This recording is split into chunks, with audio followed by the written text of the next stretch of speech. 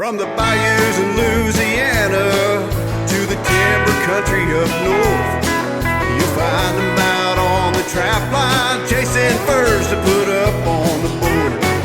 Mixing up another batch of that magical stuff, chilling around the fire after the show. Hey, it's Sarah and Jeff, and maybe a guest on the Trapping Radio 2.0.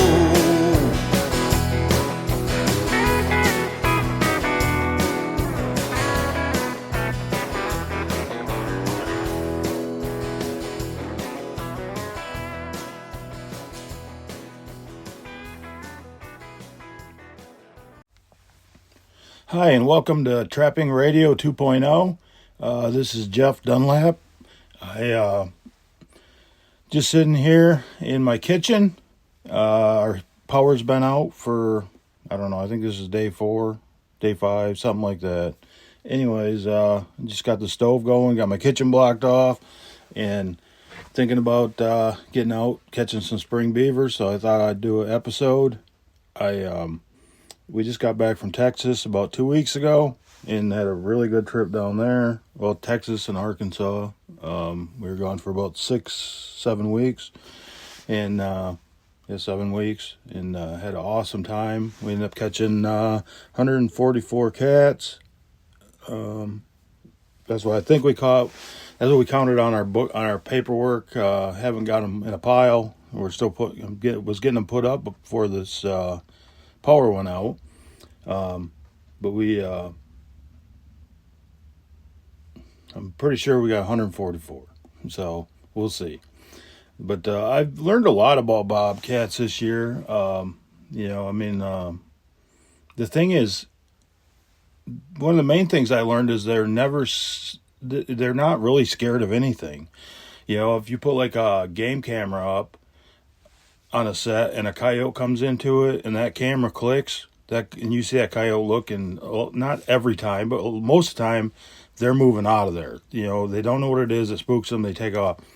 A lot of times when that camera goes off on that cat just comes straight towards that camera. So much on our cameras that I told Sarah that we should almost start using them cameras behind the sets as a draw, and I don't know, I'm going to look at something, that one of the reasons I think that they're coming to that, and be testing that out, because the clicking or the light, but they had a lot of times they were 99% of the time they headed right straight for that camera.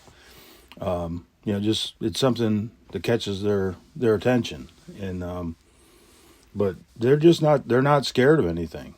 They just walk around just like they're the cock of the walk. And they pretty much are in most parts of the country. Like in South Texas, the only thing that's going to kill one of them cats is, like a big mountain lion, something like that. Them coyotes are definitely smaller, and, you get, 15, 20 pound bobcat, a couple coyotes aren't going to, kill that cat. They're going to take some pretty bad damage. So that's probably why they're not scared of anything. They definitely weren't scared of me. We'd catch them, so they get a snare on a fence and shit. They'd be on the other side and they'd go launching off and try and, jump right on you. So they're pretty badass. But, a lot of the sets that we caught cats in, we'd make like a cubby. We take like a tiling spade and then dig like a hole back into the, like say you had like where a road grader went through and pushed, you had the flat spot where you were driving your vehicle and you had that lip up on the far side, like on an angle. We'd go up on the side of there and dig and, dig like a hole, probably about, size-wise, I would say, probably about like half the size of a basketball, something like that. Maybe a soccer ball, something like that, back in, and then dig a trench, right up to it, and then, block the sides down with brush and stuff. And then we give them one access. If they wanted to check that out, we were giving them the one axis, and a lot of times we were using two traps, to set it up where we had one on the outside. I'd put them, say, like on a drag, or if we had to beat down a wolf fangs. Most of the time it was on drags, and we put one on the outside because every cat is not going to step up into there. Their curiosity is fulfilled on the outside. They were interested in what you got, but they're not going to take that next step up. They were just curious about it. So we're setting on that outside, and then to put the next one up in case he come in from a different angle than you thought on that outside. If he did step up into it, you had a second shot at him. And I'm sure, some people say, I only need to use one trap. We use the one trap a lot of times too. But, in certain circumstances, I was going with two traps. I want double the shots at them. Because my thing is, I don't care if I only used one trap and I caught the bobcat. I don't care about that. I only care that I come there and there's a bobcat. Hopefully he's in both sets. I don't care. Then I have double chance he's not getting away. And the thing is when we would set that up, we'd use a lot of time down in the hole, and want to make it so they can't see down in that hole. They can just see there's a hole there, but they can't see exactly what's down in there. So I've tried to put it like a little bend, something like that in the back, and so I take like Soul Taker, put it down in there, or Sarah's Revenge we used a lot and did really good catching cats, and we put that down in there, and then put like Cryptic Coyote Gland, Sarah's Dazzle, like a glander food lure, kind of switching it up, and then we put Cat Collector for Predator Control Group in there. We'd put like Soul Taker or Revenge, and then 4 or 5 of our lures, or 3 or 4 of our lures around down there to give them whatever that cat was looking for. I wanted in that spot, and then we'd take some feathers and throw down in there. It was legal where we were at to use feathers, so we put feathers down in there in the hole. Sometimes we take and get some weeds and wad them up, throw them down in the hole, and back in the hole, and then put the feathers on the front of it.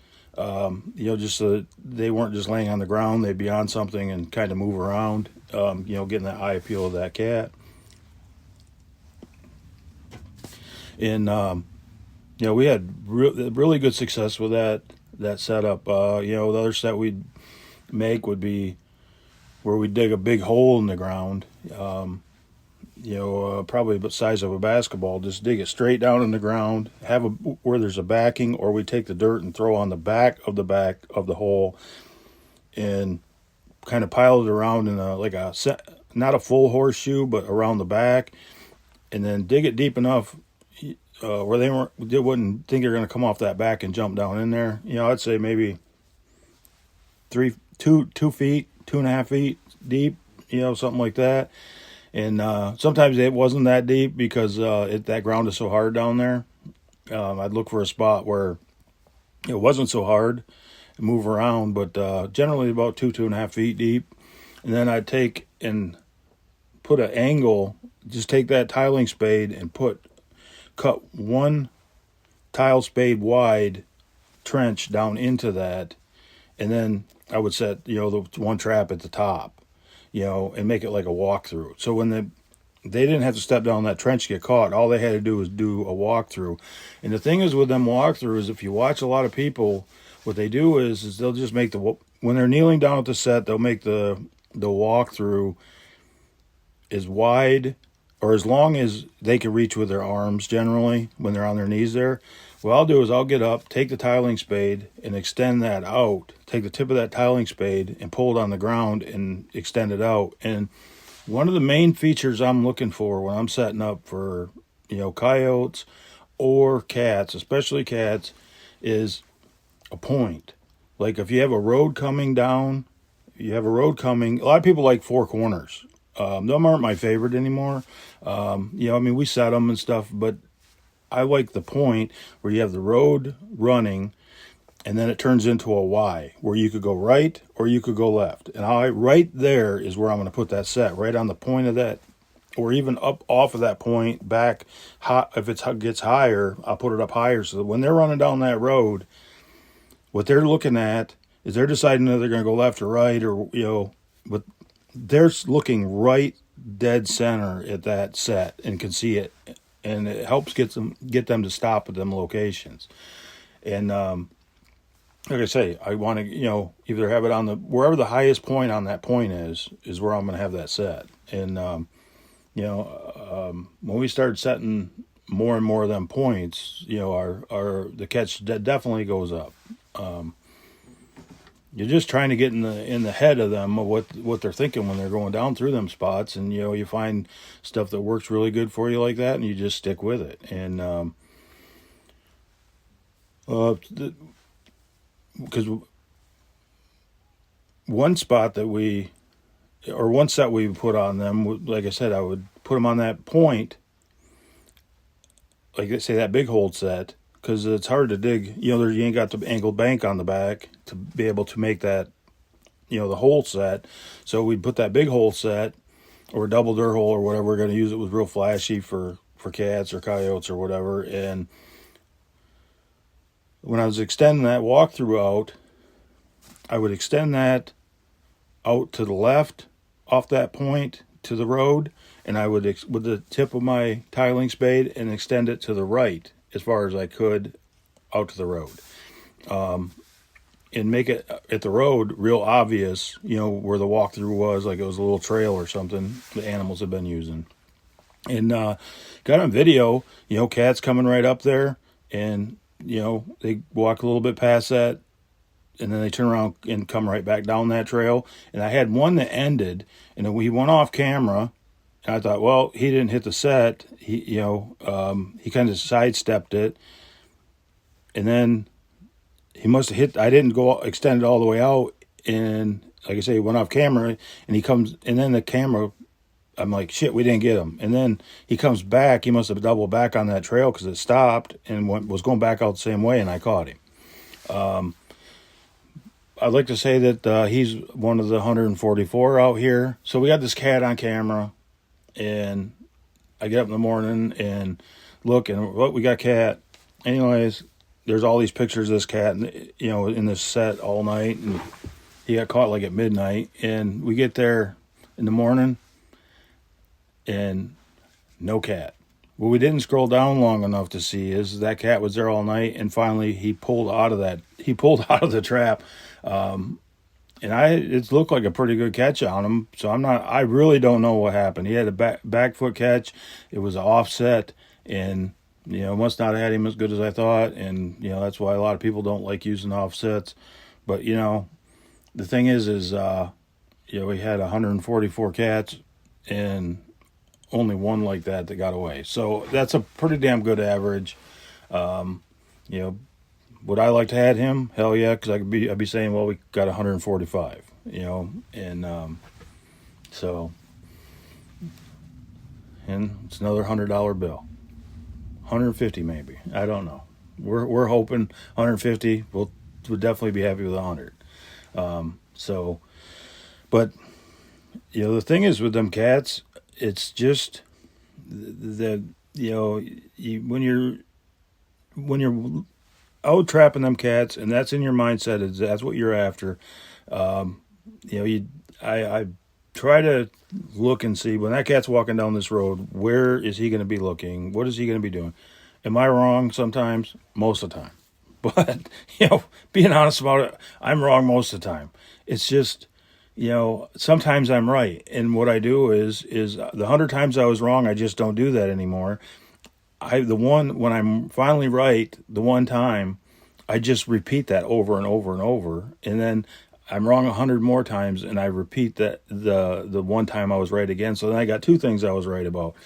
And, that's what you're just looking for one chink in their armor, or learn one thing about them and then exploit that and keep, pounding on them. And that's pretty much what I do. with any of the animals that I trap is I just try and look for one or two or three things that I can exploit or that I see that they're doing, and then you have success. And and like a lot of people, a lot of you guys and ladies out there just getting into like cat trapping, it's like we caught that many cats. But the thing is, there has to be that many, a lot of cats to catch a lot of cats, or you have to have unlimited, where you can catch unlimited amounts in your state. But like last year in Michigan, I didn't even go set for cats. We were getting around for Texas. But we only catch one where I'm at, and then you could drive 100 miles away and go catch another one. But I'd rather just go to Texas and catch all I can. But when I did trap, every year before that, I trapped cats in Michigan. I'd go out. It's harder really to go out and catch one or two than it is for me than to go out and catch a bunch of cats, because if I'm going to go out and try and catch one cat, a lot of times my mindset was, well, I'll just go out and set a few traps. Well, you have to set lots of traps, and to be able to pile stuff up and even catch one. So, I changed my mindset in that I'd go out and set a bunch of traps, and I'd rather turn cats loose and pick out a good one than, I basically was acting like I was going to go out and try and catch 100 cats, just to catch one. And one problem here, like here in Michigan, is with the cats. Say you have a 2-week season. Well, Big Tom puts his footprints there when you get there and you set because of that. He might not come back there for that 2 weeks of that season, or 10 days, or a week, or whatever you have. So a lot of times what we'd do is we'd pre-bait them, to get them working in the area, and we couldn't set, on the bait, nor would we want to, because we got eagles and all kinds of other shit around here. So what we do is just, tie like a beaver carcass under, and they seem to do the best, underneath the tree. If we knew where there was a Big Tom, and tie it up underneath the tree, and keep that cat working that area. Because here in northern Michigan, where I'm at, a lot of times them coyotes will come in, they'll hit the bait, and they won't come back. And you see it in the snow. But the thing is with them cats, it's just they'll wear them baits out. Once they come in there and they know they're there, they're going to be back. So what we do is set some, sets off of them using, bait and lure and stuff. And, but the main thing is keeping them big damn toms, more in a restricted area than them just out hunting or cruising, around. So if you got a short window of where you're at, for cats, putting baits out definitely is the way to go, to keep them tied down. But don't set on them baits. Don't set up close, and don't try. You're just going to cause yourself problems. You're going to catch an eagle. And people, you might think it's private property, but somebody will come and see it, and you'll get in trouble. So it's just not worth it. Not for one bobcat. Because you set off of them, and you're going to catch them. They'll come in there, and you'll get them. But setting them cameras up on them cats, I mean, we got tons of footage. We'll be putting it up on our Facebook pages and on YouTube and stuff. We just haven't had a lot of time to get to it yet. But we like snaring cats. We put them snares in. And I mean, we got a small circle. I mean, it's pretty damn small. I don't know. Let's say 4 or 5 inches, and we'd have cats go right through them. We had to narrow them down more than that. And, it's interesting how they push the snare off to the side and go around them snares. And, we had 3 go through one snare. One cat come through, then another cat through the same snare in the same night. But we fixed it, and we used a lot more blocking on that hole and, put that right down. But the problem we had down there is we would go and, it's getting up sometimes 80, 90 degrees. So, I actually like to body snare them better than I do head catch them. But they could still slip through because you're setting them snares a little bit bigger. And the reason is if you got a live cat there, he's fine when you get there, 80 degrees. But you got a cat that died at midnight that's choked out. He's starting to get, bloated by the time you get there, especially if, you run your line, you don't get there till like noon, 1 o'clock, so I, the thing is, if you have them too big, they're going to go through. And if you have them too small, you're going to, catch them by the neck and they're going to be dead. So it's a real fine line there. And, but I still haven't really figured exactly because nothing's scientific with this. It's, just more like trial and error at every set or every location, But another thing that I learned about bobcats, I'm just trying to share some of the stuff that I learned that I didn't know. Because I've caught a lot of cats in my life, but I never think I'm like a expert or know everything. My thing is I always want to learn more and be better. And maybe it's a little chunk of information, maybe it's a big revelation. You never know. And that's the exciting part about this is, the learning part of it. And since we started using them cameras, I've realized how shitty of a trapper I actually am. So, but the thing is I never realized how much them cats piss. Like, we set up piss posts for coyotes because we know they're marking their territories and they piss a lot and they're marking this. And because, we're accustomed, like, that we have dogs and see our dogs do it and stuff. So with the canines, we're more, but with the felines, you don't realize how much they piss. But, like, they go through one of them, underneath one of them fences, and before they went through, they would piss, and then they would go through. And never did I don't remember them ever pissing on the other, once they went through pissing, it was always before they went through marking that spot and then going through. And we have like a live trap set up, and one cat would come in and he or she would piss and then piss again and then piss going out, and then another cat would come in and piss in the same damn locations that cat had pissed in.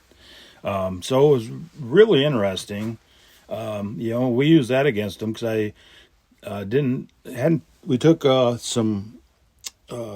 container of Bobcat gel urine that I make, and it lasts really good in the heat, in the hot locations and the heat and stuff.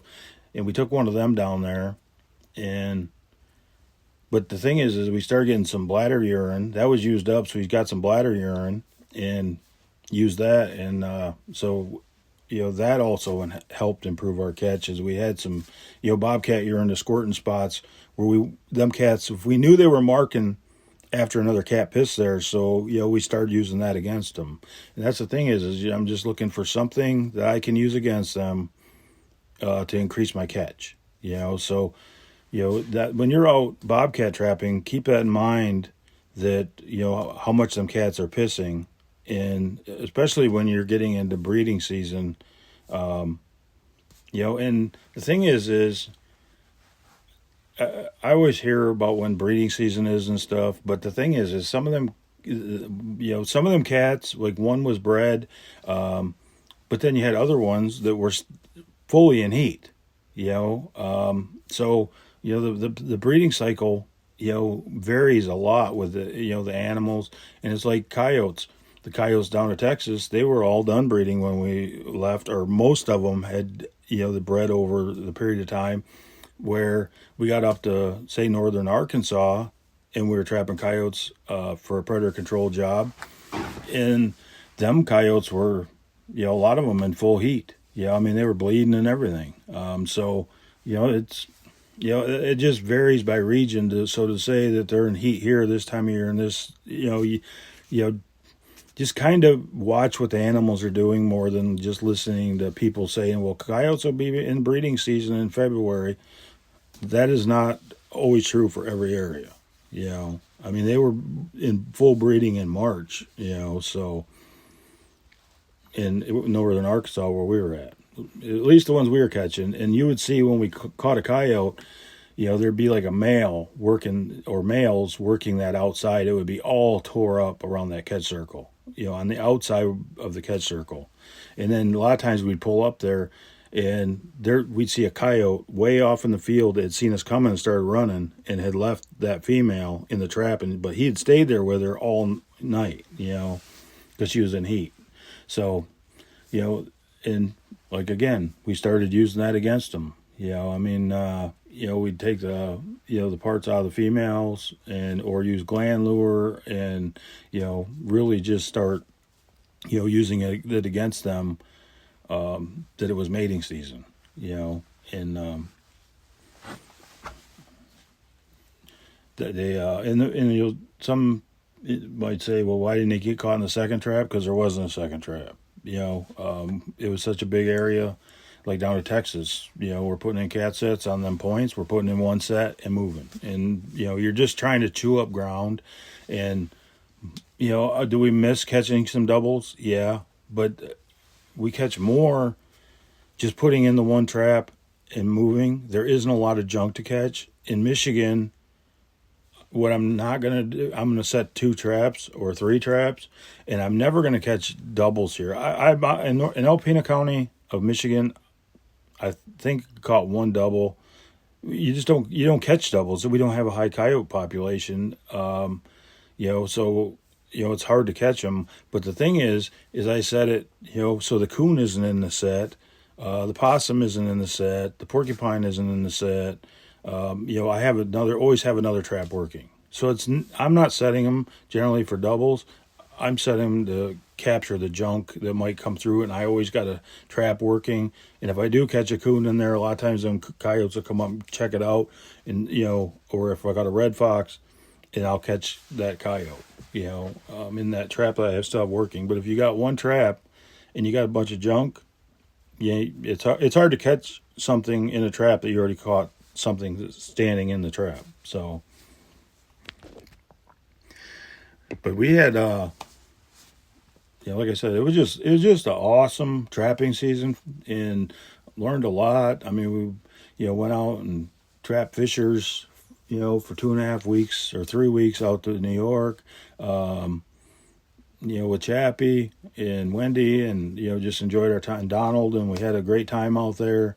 And, then we go back to Michigan and trap raccoons here, for the farmers in the fields. And then we go to Iowa coon trapping, and I was coyote snaring out there, trying out some new stuff, and had a lot of success doing that in the trails. There's a lot of stuff I want to try on that, next year. Then I'm trying to think, then where do we go? Come back to Michigan, was trapping here, and then we went to South Texas, and then we went to Arkansas, and now I'm spring beaver trapping, but you can't buy gas here, so I can't get back out and run my line. Jeff Haggerty was up here, and the power went out, so he had power down to his house, so he had to go. He went down and take care of some stuff, and I told myself I'm just going to start cleaning up the lure shop and stuff, and so basically we haven't been able to run our traps because, there's not a gas. There's a Myers in Alpena where you can buy gas, but you have to wait for like 2 hours in line. It's the only gas station for like 40 miles. And then you go outside that, and then the lines are backed up. So, but, we're basically, spring beaver trapping with no spring. The ice is like on the trees. It was crazy when I never seen anything like it. It was like the ice was so heavy on them trees. And we usually don't get ice here like that, a little bit, in the spring, but it was like a 1/2 inch to 1 inch thick on the trees and on the lines. And you stand on the front deck, and all the woods around, you could just hear popping. It sounded like a war zone, with just the trees breaking and snapping. And like, there's there's a big tree right above Sarah's office here, and the limbs kept breaking off, and luckily the wind was blowing the other way. It kept like just barely missing the office, and I'm like, some of them limbs would just bust that building right down. And I mean, it sucks being without power and stuff, but it's been really, part of it's been nice because I started realizing I don't really want to be in this position again, and what I'm going to do is start making arrangements not to ever be in this position again, because the main thing is if you had a generator and you didn't have a bunch of fuel for it, you're screwed, because we've only been out of power for four or 5 days, and then it was only 2 days then, but they're getting in fights at the grocery store, and they've only been out of power and without supplies for 2 days, and they're already fighting. So what would happen on a major catastrophe? The thing is it would be bad, and I definitely going to take steps. Me and Sarah's already planning on canning up a bunch of beaver. That's why one reason I was going out trapping them this spring, to can them up. Plus we use the caster in our lures and stuff, but in the meat, and that from the putting the baits and lures, but definitely going to start making some changes on having stuff to do. And that's one thing I was, when you're sitting there, you got a lot of time to think about it, but it's like these antis. They're against killing anything. What's going to happen? I mean, it's like with me as a trapper. I can go out here and catch a possum. I can catch all kinds of stuff. But you need other supplies other than that, to survive. So, but I mean, at least I would have meat and stuff. These people are going to be the ones that are coming for your shit. And, just imagine how crazy they are over killing an animal. Can you imagine when they're starving to death, how crazy they're going to be? I mean, they got no problem throwing it out there that they'll kill you. I've had every death threat every single day. So if they're that crazy over an animal, can you imagine when they're starving to death and want to come take your shit away? I mean, yeah. You can gun down some of them, but it's too bad some of them need it now. But that's why me and Sarah got pistols, because they're that crazy, and when they come for your shit, they're going to be that crazy more. So, well, anyways, I'm gonna try and go out and check a couple traps this morning, and I see where the water's at. We've had a ton of rain. It was over the banks 2 days ago. It's gotten colder, so when you get colder weather, the water drops. So basically I'm going to go see where we're at and let Jeff Haggerty know. So, but and here we got on the lethal set, we have no check times. I mean, so we're 100. If we can't get back there till next week, which they can't make you go out there and risk your life, but I mean, legally we're good now because there's no check time on a lethal set. So whenever we can get in there, and plus the water's so cold, everything will stay good for however long it takes for that water to go down. Probably another day or two. So they'll be waterlogged, but we can skin them once they dry out. So anyways, I just wanted to kind of come on and kind of tell everybody kind of some of the things I learned about bobcats, and maybe it'll help somebody out there, and really appreciate everybody's support, and looking forward to seeing everybody at conventions this summer. We're already starting to get around for that. So, well, I wish everybody have a good day.